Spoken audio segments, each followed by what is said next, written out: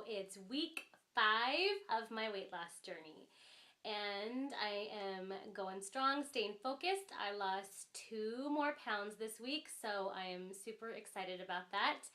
I always wish it's like 3 or 4 pounds a week. I wish it could go faster, but you know, like I said before, 2 to 3 pounds a week, even 1 pound a week is progress, and I'm moving in the right direction. So that is, you know, good motivation. It's keeping me motivated.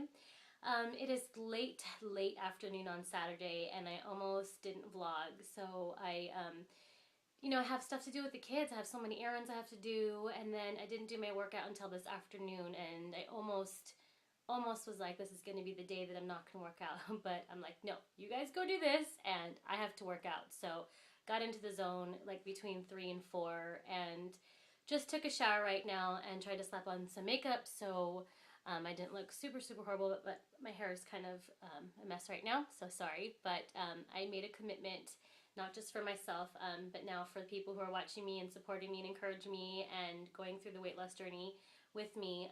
I made a commitment to vlog every Saturday, whether it's bad or good, and I'm going to do that. So yeah, I mean, I'm really excited. On the scale, there's like, you know, on those scales, how there's like the 50 pounds and the 20 pounds, and like this, the thing kept going down, and she was like, wow, you know, you're 138. So of course I like my digital scale because it tells me even if I lose ounces, which I like. So, you know, the 137.8 was still like, whoa, that's so awesome. I'm totally stoked to see that. And hopefully at the end of this week, I'll be able to get down to 136.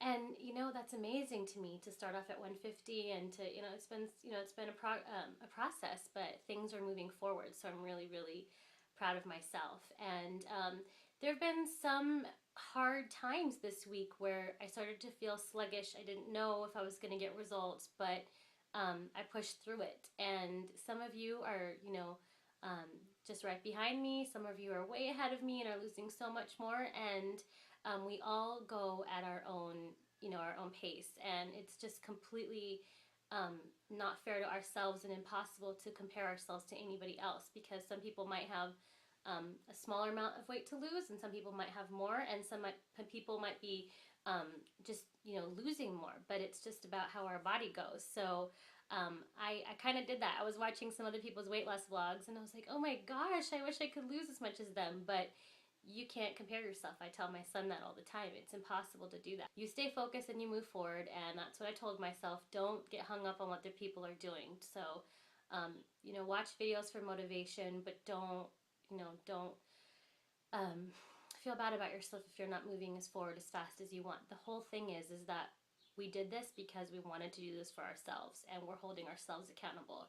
And I'm totally holding myself accountable by making these videos. And I look back at them and I watch them and I'm like, wow, you know, I think I can tell now from seeing my first and second video that I think I've lost a little weight, you know, in the face and neck area. And, you know, my arms are such a pain, but I think they're getting a little bit more toned. That's my worst area of my body, so the midsection and my arms. So, you know, I'm doing so much ab workouts, doing free weights, and I can really tell a difference now. So yeah, as far as my workouts, everything is the same.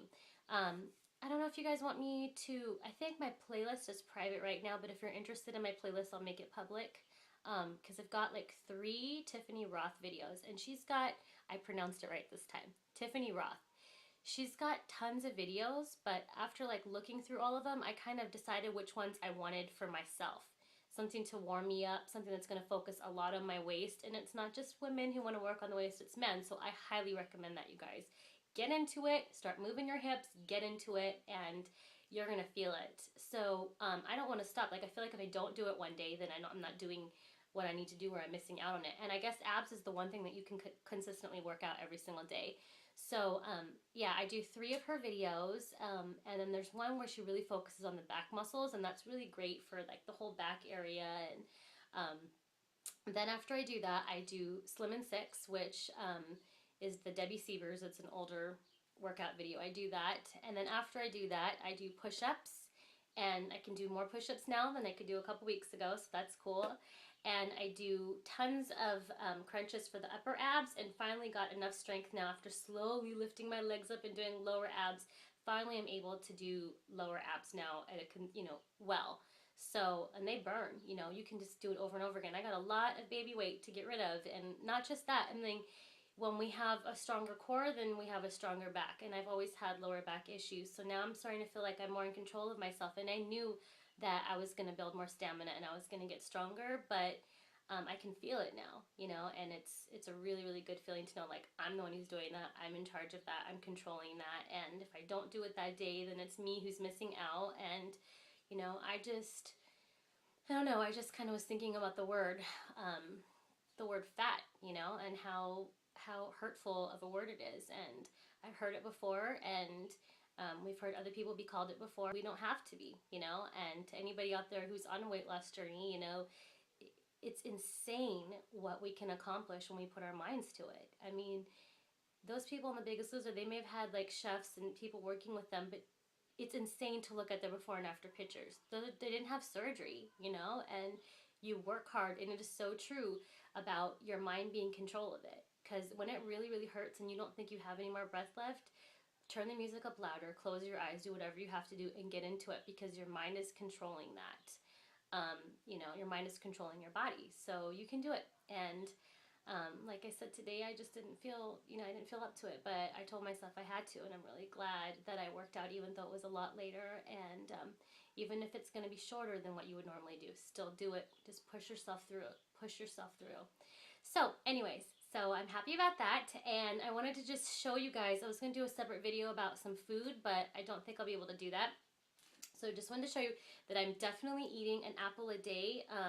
I've tried so many different kinds, and I just love the Fuji apples.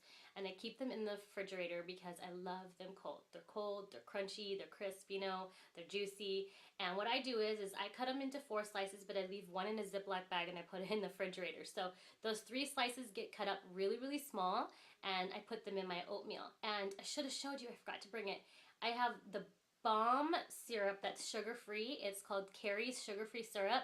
And I don't know, some people are so sensitive when you start drinking diet soda, or when you start drinking like sugar-free things, and you think they taste really bad. But I mean, I had to have this before when I was pregnant with Jeremiah, and I had to watch my sugars, and I loved it because it tastes just like maple syrup. And then I thought about it again on this weight loss journey of mine, and so I put Carrie's sugar-free maple syrup in my oatmeal, and then I throw 3 pieces of chopped up apples in it, and that is my breakfast. And a couple hours after that, I take my pills. So it's totally satisfying. It's so yummy. And sometimes, you know, like I said before, I'll eat like half a boiled egg as well if I really need to, because it's good to have protein.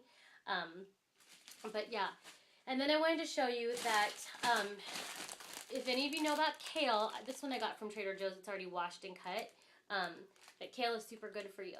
So it's really easy to make soup. It's so easy to make soup. Just put this in some water if you want to get some bouillon cubes of like chicken, or go to a bulk place and just put like a teaspoon of this in some hot water.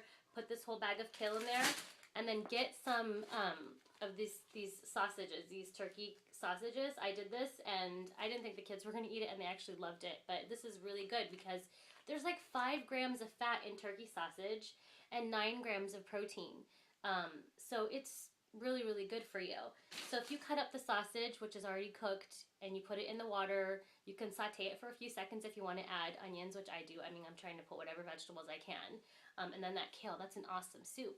What I did was, I don't know if you can see, I have some like mixed beans. I go to a store where you can get a bunch of bulk stuff. So this was like, I think a 10 bean or 13 bean mix.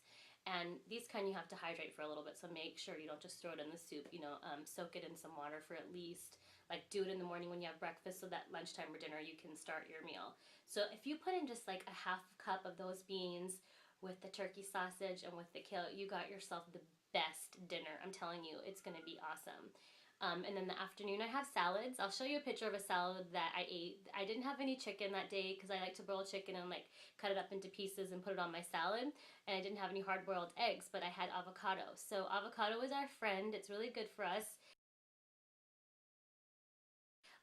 I'm always worried about fat, but I'm not having any carbs. I'm still staying away from carbs. So a little avocado, tomatoes, shredded carrots, mixed green salad.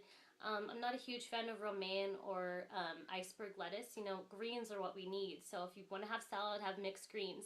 Don't think that it's not satisfying, because I cut up big chunks of cucumber and have some feta cheese on there, and I have big chunks of avocado, and it's just, I don't feel like I'm not getting anything, you know, so don't feel like that. But having a salad for either lunch or dinner is good. So I usually have like my big salad at lunch, and then at dinner time I'll do like a chicken thing. Oh yeah, and one thing that we did, oh my foot's falling asleep.